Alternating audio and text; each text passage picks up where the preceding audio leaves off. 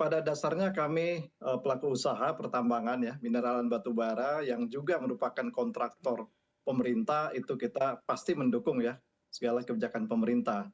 Dan pertama-tama juga kita perlu melihat kontribusi yang tidak sedikit ya dari sektor pertambangan ya khususnya batu bara dalam menyumbang ke perekonomian nasional ya khususnya di saat harga sedang bagus-bagusnya. Jadi tentu saja kami memahami ya perusahaan pasti akan memaksimalkan berkah yang mungkin tidak akan lama jadinya dan akan lama tapi juga dan di sisi lain juga pemerintah pasti akan mencoba memaksimalkan ya dari situ. Nah, muncullah kebijakan untuk memarkir dana di dalam negeri.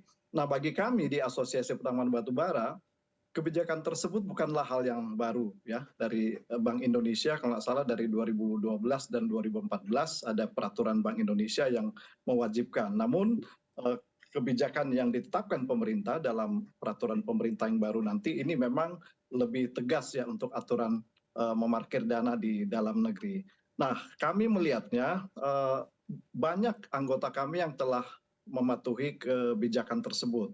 Namun kalau kita lihat masalah kepatuhan ini kita harus melihat secara umum ya, ada ribuan pemegang izin pertambangan batu bara, mineral juga ada ribuan ya, mungkin hampir 10.000 pemegang izin di sektor pertambangan sendiri dan kemudian di sektor-sektor komoditas yang lain. Nah, ini yang pemerintah juga perlu memilah-milah ya sehingga kebijakan ini jangan sampai akan merugikan perusahaan-perusahaan yang telah patuh.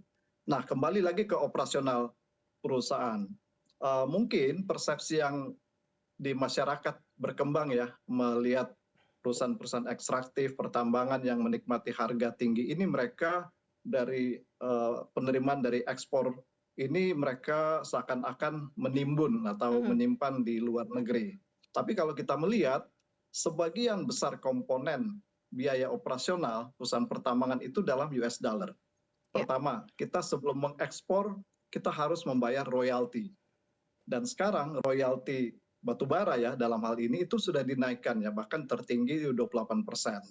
Dan kalau kita lihat formula revisi HBA ini, kita bebannya lebih banyak. Jadi bahkan di beberapa perusahaan itu mereka sebelum mengekspor ya, sebelum mengirimkan pengapalan ekspornya, mereka sudah membayar di atas bahkan 30-40%. Bayangkan, jadi berarti kan dana yang mereka dapatkan dari hasil ekspor ini bukan berarti 100% disimpan, bahkan 80-70% itu untuk operasional. Itu tadi pajak royalti ya, belum kontraktor, karena sebagian besar tahapan perusahaan kegiatan pertambangan batubara itu mengadakan jasa kontraktor yang juga pembayarannya dalam US dollar, belum biaya-biaya yang lain. Jadi hampir semua dana yang masuk ini pasti akan dibelanjakan untuk operasional yang itu harus berlangsung secara cepat. Nah, tentu saja kita serahkan ke pemerintah sebagai regulator, jangan sampai kewajiban ini bisa menghambat justru ya eksportasi, kegiatan ekspor dan kegiatan penambangan. Makasih.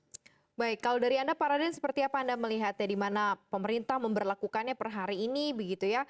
Khususnya untuk terms deposit falas, apakah ini juga akan cukup efektif nantinya untuk menekan kekeringan dolar di dalam negeri? Sejauh ini Anda melihatnya seperti apa Pak Raden?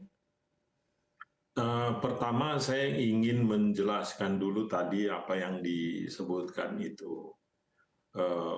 Bahwa PBI yang diberlakukan sekarang itu masih mengacu kepada peraturan pemerintah yang tahun 2019. Jadi memang PP itu peraturan pemerintah yang baru ini itu masih digodok.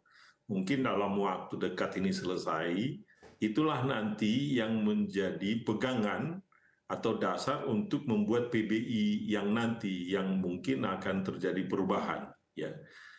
Nah, saya sekarang menjawab pertanyaan mengenai pemberlakuan dari term deposit falas per hari ini masih mengacu kepada PP yang lama sebetulnya itu. Apakah akan efektif? Ya, harapan kita adalah efektif. Ya, karena memang bahkan PP pertama di tahun 2019 yang kami sebutkan tadi, waktu itu masih zamannya Pak Darmin sebagai Menko Perekonomian, itu sudah mensyaratkan eksportir memasukkan DHE ke dalam sistem keuangan Indonesia. Jadi sebutkan itu secara eksplisit ke dalam sistem keuangan Indonesia. Mhm. Term deposit yang menarik ya, yang kompetitif bunganya di Bank Indonesia itu diharapkan adalah merupakan insentif yang diberikan oleh Bank Indonesia ya, serta insentif juga diberikan kepada Bank Devisa Nasional berupa keringanan GWM-nya. Oke. Jadi kalau dia membuat rekening khusus, menampung hasil dana hasil ekspor tadi, Mhm. maka bank ini juga akan dapat insentif sebetulnya, ya keringanan di GWM-nya jadinya.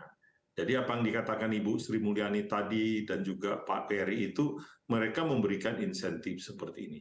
Intinya kalau secara rasional dan tidak ada yang ditakutkan dan tadi patuh semua terhadap PP tersebut dan tentunya dengan undang-undang yang di belakangnya, undang-undang devisa nasional yang kita buat di tahun berapa itu, tahun 2000-an, para eksportirnya mestinya akan membawa DH ini ke dalam negeri, ya, dan juga dengan catatan sudah dikurangi dengan biaya-biaya yang tadi disebutkan oleh Pak Henry, biaya Pak Hendra ya, untuk keperluan biaya operasionalnya.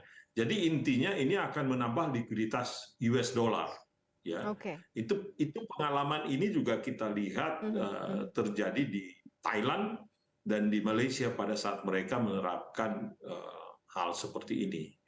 Jadi cadangan devisa mereka langsung naik dan likuiditas US dollar mereka juga menjadi besar.